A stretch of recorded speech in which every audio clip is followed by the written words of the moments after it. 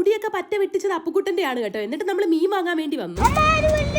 വലിയ മീൻ കണ്ടപ്പോഴത്തേന് അപ്പുക്കുട്ടൻ അത് വേണോന്ന് പറഞ്ഞിട്ട് നമ്മൾ കേര വെട്ടി വാങ്ങിച്ചു. അമ്മയ്ക്ക് ചൂര ഇഷ്ടമായതുകൊണ്ട് നമ്മൾ ചൂരയും വാങ്ങിച്ചിട്ടുണ്ടായിരുന്നു. നേരെ വീട്ടിൽ വന്ന് കുറച്ച് എണ്ണ ഒഴിച്ച് അതിലോട്ട് ഇഞ്ചിയും വെളുത്തുള്ളി നന്നായിട്ട് ചതച്ചതിട്ട് ഇളക്കി, എന്നിട്ട് ഒരു പിടി കാന്താരി കുറച്ച് കരിയാപ്പില ഇട്ട് നന്നായിട്ട് ഇളക്കി അങ്ങ് അടച്ചു വെച്ചു കേട്ടോ, ഇല്ലെങ്കിൽ കാന്താരി പൊട്ടിത്തെറിക്കും. ശേഷം തുറന്നിട്ട് ഞാൻ ഒരു പിടി കൊച്ചുള്ളി അരിഞ്ഞത് ഇട്ട് കൊടുത്ത് നന്നായിട്ട് വരട്ടിയെടുത്തു. അതിലേക്ക് 1.5 ടീസ്പൂൺ മല്ലിപ്പൊടി, 4 ടീസ്പൂൺ മുളക് പൊടി, കുറച്ച് മഞ്ഞപ്പൊടി ഇട്ട് നന്നായിട്ട് ഇളക്കി കൊടുത്തു. അതിന്റെ പച്ചമണം മൊത്തത്തിൽ മാറി കഴിയുമ്പോൾ കുറേശ്ശെ തിളച്ച വെള്ളം ഒഴിച്ചു കൊടുക്കുക കേട്ടോ. ഉപ്പും ഉലുവാപ്പൊടി ഇടാൻ മറന്നു പോകരുത്. ഞാൻ ഉലുവാപ്പൊടി ഇടാൻ മറന്നു പോയിട്ടുണ്ടായിരുന്നു.